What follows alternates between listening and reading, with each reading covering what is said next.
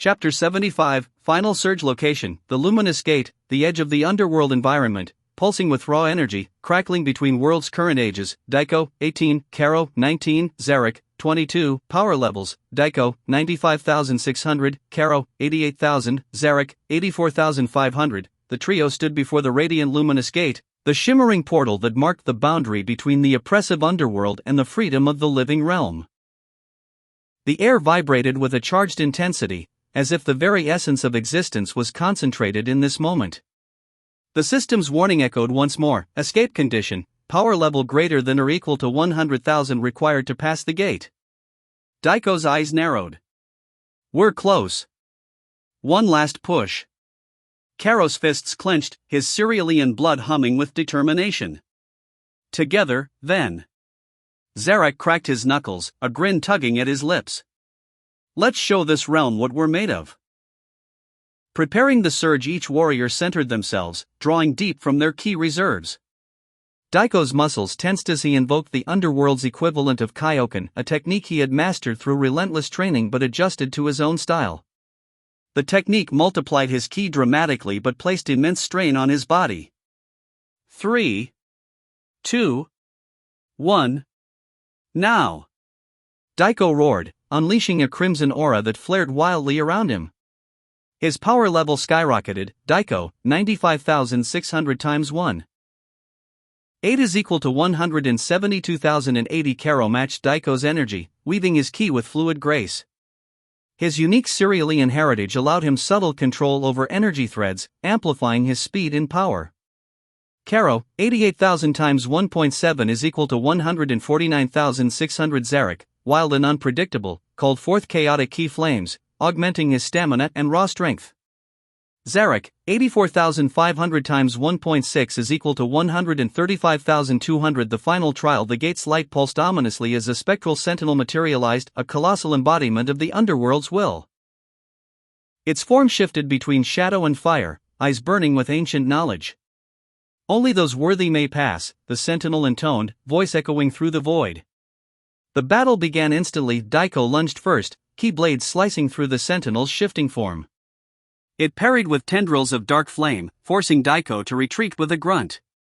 Karo darted in, threading his energy to disrupt the sentinel's defenses. Zarek struck from above, his chaotic flames forcing the sentinel to split its focus. The fight was brutal, each strike testing their limits. Daiko felt the searing strain of his ki surge threatening to snap his body. But with each coordinated attack, the sentinel faltered. Final blow and beyond. Daiko called on every ounce of his strength, focusing into a concentrated beam of energy, a fusion of his ki blades and battle instinct. The blast tore through the sentinel, which shattered in a cascade of light. The gate's barrier shimmered and then dissolved.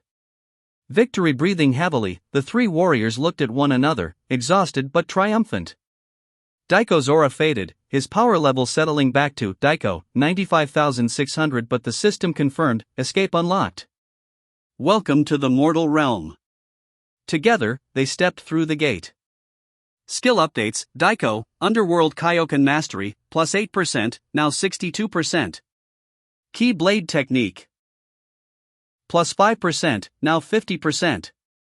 Battle Instinct, plus 3%, now 98%. Power level, plus 7,100 and 2,600. Karo, Ki Threading, plus 8%, now 83%. Speed Control, plus 5%, now 79%. Power level, plus 6,094,000. Zarek, Chaos Flame, plus 8%, now 114%. Stamina Resilience, plus 5%, now 69%. Power level, plus 5,590,000. Chapter 75.5, Beneath the Final Flame Location, the Scorching Hollow, Final Training Site, Deep Underworld Time Skip, plus 1 year current ages, Daiko, 19, Karo, 20, Zarek, 23. Environment: magmatic caverns laced with volatile ki rivers and pressure zones. Condition: final underworld training grounds prior to mortal realm departure. The air in the Scorching Hollow was stifling, even for seasoned fighters like Daiko, Karo, and Zarek. Lava hissed in rivers beneath cracked stone ledges, and raw energy pulsed from the obsidian walls like a living force. The final year had brought them here, to the most unstable and sacred training site within the underworld. It was here, amid unstable key fields and volatile power wells, that they would harden themselves for the mortal realm. Their time below was almost at an end. 1 year later. The final edge Daiko stood with his arms crossed, sensing the erratic pulses beneath his feet. His physique was now noticeably leaner, more refined. A year of brutal meditation, energy control, and sparring had transformed him. Karo adjusted the scope on his left eye, a modified version of a cerulean targeting enhancer, developed by his own design. His key threads shimmered around his arms, glowing faint blue in the flickering light. Zarek hovered above the ground, his chaotic key flames tamed into a blazing aura that no longer consumed him with every use. Even his posture was more centered, balanced. "So this is it," Zarek muttered, cracking his neck. "Final session before we go topside." Daiko smirked. 1 more year, and we're not the same people who entered the underworld. Karo looked down into the lava river. "Let's prove it then." Final underworld training session. The scorching hollow responded to their presence, the key around them stirred like a slumbering beast. The trio entered a perfect triangle, pacing slowly as they activated their respective auras. Daiko surged forward, body flickering with a crimson ripple of his underworld key surge technique. Karo blinked in and out of vision, weaving key-threaded blasts like a dancer commanding a symphony. Zarek bellowed and sent flame drills into the air, splitting the upper ceiling of the hollow with a single chaotic flare. Their synchronized movements formed a battle dance born of relentless cohesion, timing, teamwork, and trust. 10 minutes became 30. 30 minutes became an hour. Their energy didn't just clash, it harmonized. The hollow trembled. Cracks formed beneath the platform. Lava shot into the air like geysers of fury. Breaking through their limits as the climax neared, Daiko soared into the center of the arena, holding his stance. "Now!" Karo launched a spiral blast of compressed energy thread. Zarek surrounded it with an inferno shield. Daiko focused it into his core and exploded outward with a perfect key surge echo. Boom! The hollow collapsed inward as the explosion cleared a dome of stillness. Their breaths were heavy. Their auras were calm. This was it. The peak of their underworld strength. After the silence hours passed in silence. They sat atop a jagged cliff, the remnants of the hollow now dormant behind them. "No regrets?" Karo asked. Daiko shook his head. "Only gratitude. The underworld made us, but it's not our home." Zarek rolled his shoulders. "Let's tear open that portal tomorrow." And with that, they rose and looked skyward toward the glowing gateway they'd soon step through. Skill updates, final underworld training gains. Daiko, power level, 102,600 108,800, underworld key surge, plus 5%, now 67%. Key blade technique, plus 5%, now 55%. Reflex evasion, plus 5%, now 47%. Karo, power level, 94,000 99,500, threaded key spiral, plus 5%, now 88%. Enhanced cerulean scope, plus 5%, now 44%. Speed control, plus 4%, now 83%. Zarek, power level, 90,000 95,200, chaos flame mastery, plus 5%, now 119%.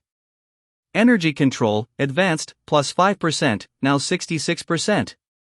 Key flame reforging, plus 4%, now 43%. Chapter 76, First Breath of the Living Sky Location. Mortal Realm, Eastern Continent Sky's current year, age 755 years since Daiko's arrival in the underworld, 18 current ages, Daiko, 19, Karo, 20, Zarek, 23 era context, Goku is preparing for the 23rd Tenkaichi Budokai. The world remains unaware of Scions, Namekians, or galactic threats, peace reigns, for now. Light. Blinding, pure, unfiltered. For Daiko, Karo, and Zarek, stepping through the portal into the mortal realm felt like waking from a fever dream. The rush of clean air, the sting of real sunlight, and the hum of untainted ki, it was overwhelming. Their bodies, forged in the crucible of the underworld, vibrated with subtle friction against the natural order of this realm. They had returned to life. The portal behind them crackled violently, then sealed shut with a thunderous snap, like the final page of a long story closing itself. No return. They hovered above an untouched forest valley, mountains framing the sky like teeth. This is what real air tastes like? Zarek muttered, eyes squinting. Tastes like, he took a breath, possibility. Caro smiled faintly. Or indigestion. One of the two. Daiko remained silent. His gaze was fixed to the horizon, the living world, the path ahead, the unknown. They weren't just stepping into a new world, they were stepping into a timeline. One that had already begun writing legends without them. And they were late. Meanwhile, in other realms, otherworld, King Yema's desk. What do you mean they escaped? Papers flew into the air like leaves in a storm as King Yema's fist slammed the desk. The ogres around him scrambled in panic, each holding charts, soul trackers, and karmic balance reports. The scorching hollow collapsed entirely, one assistant stammered. Their power signatures exceeded the underworld compression field, and they, ripped open a transit breach. Yema's mustache quivered with fury. They were classified bound souls. They weren't even scheduled for reincarnation for another 10 millennia. He sat back with a heavy sigh. And now I've got 3 supercharged hell-forged scion hybrids flying around my clean, mortal world. Great. North Kai's planet King Kai sat, legs crossed, sunglasses tilted down his nose, tuning his antennae toward Earth. What's this? He wiggles his antennae. Not 1. Not 2. But 3 ridiculously powerful auras. And none of them belong to the kid I've been watching. He adjusted his shades and turned his gaze toward another blip. Another scion similar to them is still training for the next martial arts tournament. He doesn't even know how to fly yet, much less sense energy. The Kai frowned. These new ones, they feel different. Strange, but disciplined. I don't like this. Mortal realm, Earth, Eastern Range. Daiko descended slowly, placing his hand on a rocky outcrop. The feedback of life all around was almost intoxicating. Birds chirped, rivers rushed, there were no screaming spirits, no cursed winds, no blood-soaked soil beneath him. We'll have to mask our ki for now, Daiko said. The living world isn't ready for what we are.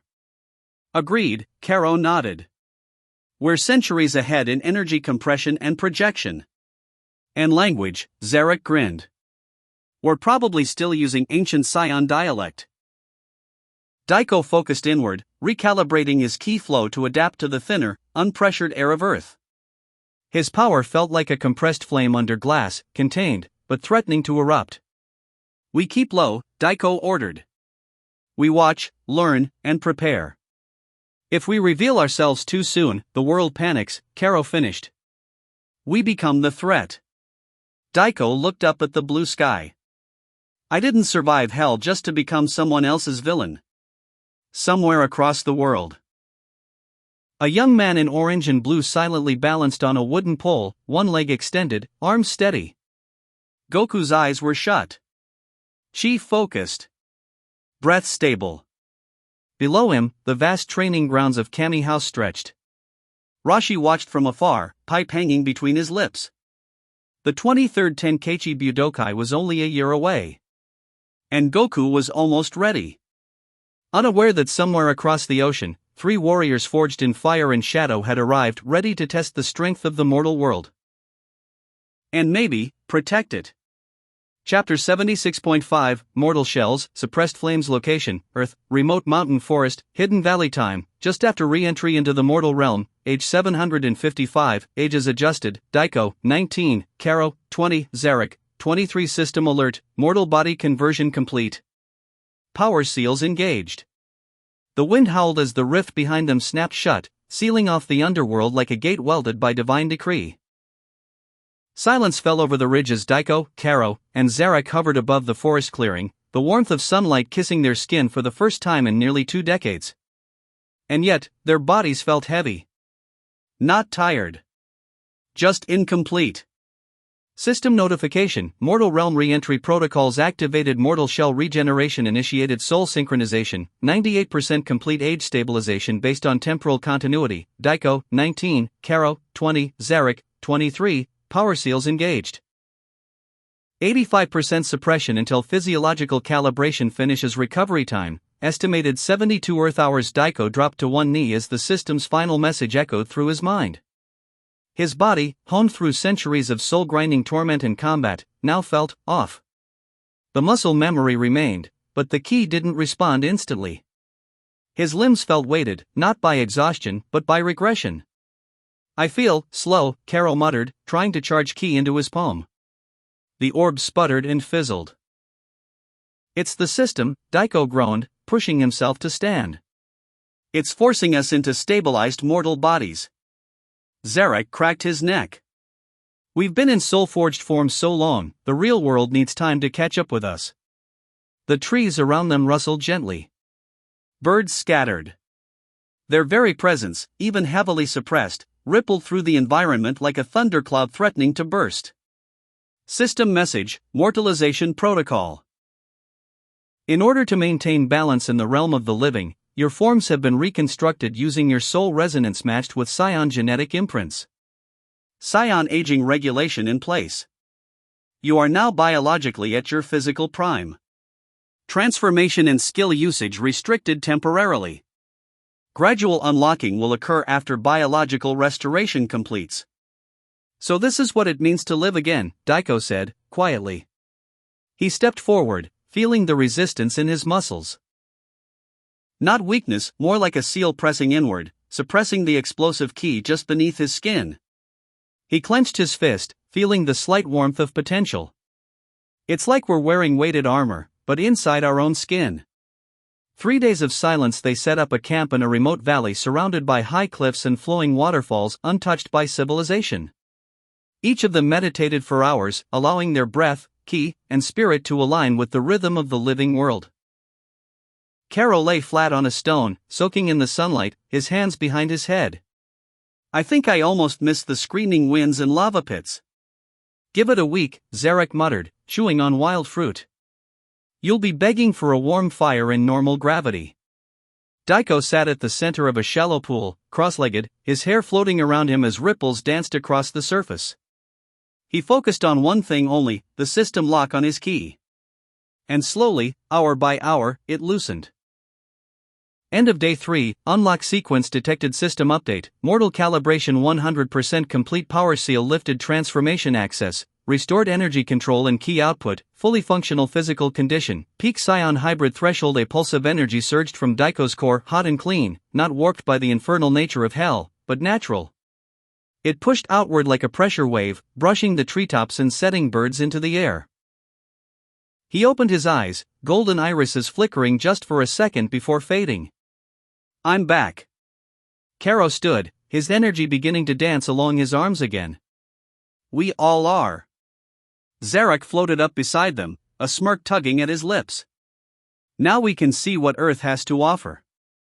Chapter 77, Shadows over Earth. Location, Earth, Western Continent, outskirts of the Central Landseer, age 755 characters, Daiko, age 19, Karo, age 20, Zarek, age 23. Sunlight filtered through a canopy of leaves as Daiko, Karo, and Zarek moved quietly through a mountain pass. The sound of rustling leaves and distant wildlife made for an oddly peaceful backdrop, so different from the infernal roar of the underworld. Their energy was back, steady and refined. Daiko adjusted the weighted cloak he now wore, concealing the tail behind him. Earthlings might not take kindly to a full Scion tail swaying freely. Beside him, Karo walked with a quiet grin, eyes sharp and observant. Zarek brought up the rear, sensing fluctuations in the ambient ki levels around them. I'm still getting used to the way ki feels here, Karo muttered. It's soft. Unrefined. Daiko nodded. It's because Earth's life energy isn't hostile. Everything in the underworld tried to kill us, remember? Zarek chuckled. And we kept killing back. This planet feels like it's sleeping.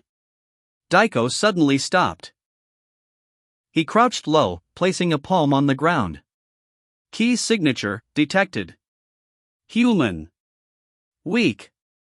Not a threat. But something else, distant, pulsing, was coming closer. Something's moving fast. Energy compressed but messy, Daiko muttered. Feels like someone who just started learning key control. Seconds later, a figure shot over the treetops like a missile, slamming into a nearby hill. Smoke and dust erupted from the crash. The three sprinted forward, blurring through the trees until they reached the edge of the crater. A boy stood up from the center, coughing and bruised. Brown hair, tattered GI, and fierce blue eyes. His power was barely a blip to them, but his resolve stood tall. Heh, still standing, he muttered, spitting out a tooth. Another presence arrived, stronger, older, and emanating a corrupted key signature. A humanoid wearing armor that looked foreign to Earth, black with gold edges. His energy was twisted, not quite demonic, but tainted. Caro frowned. That's not human. Maybe not even from this planet. Zarek cracked his knuckles. Want to test the locals' toughness, or let them finish their little spar? The boy stood firm, but his energy was already spent. The armored warrior charged a dark key spear and hurled it toward him. Daiko blurred forward. The moment slowed. One hand outstretched, he caught the spear mid-flight, crushing it between his fingers. Everyone froze. The armored invader backed away, stunned. Who are you? Daiko stepped forward, his eyes glowing faintly with restrained power. Someone who's had enough of watching bullies throw their weight around. With a flick of his hand, he unleashed a burst of ki, sending the enemy crashing through trees, tumbling to a stop dozens of meters away. The boy stared in disbelief. You stopped him like he was nothing. Caro walked up, smirking. That's because to us, he was nothing. Aftermath later, around a small fire, the boy named Toma explained the recent troubles plaguing their region. A group of off-world mercenaries had been making landfall across Earth's unprotected zones, led by a shadowy figure known only as Red Mist. Rumors claimed he was a remnant from the Cold Empire, Frisia's regime. We left a fractured universe, Zarek muttered. And came back to one still cracking. They're moving in the vacuum Frisia left, Daiko said. The question is, how deep does this run? Meanwhile, elsewhere on Earth in a secret palace buried beneath the ocean floor, Red Mist floated in a meditation chamber, connected to old Scion tech re-engineered from recovered battle pods. His crimson eyes snapped open. So, the underworld breathes again, he whispered.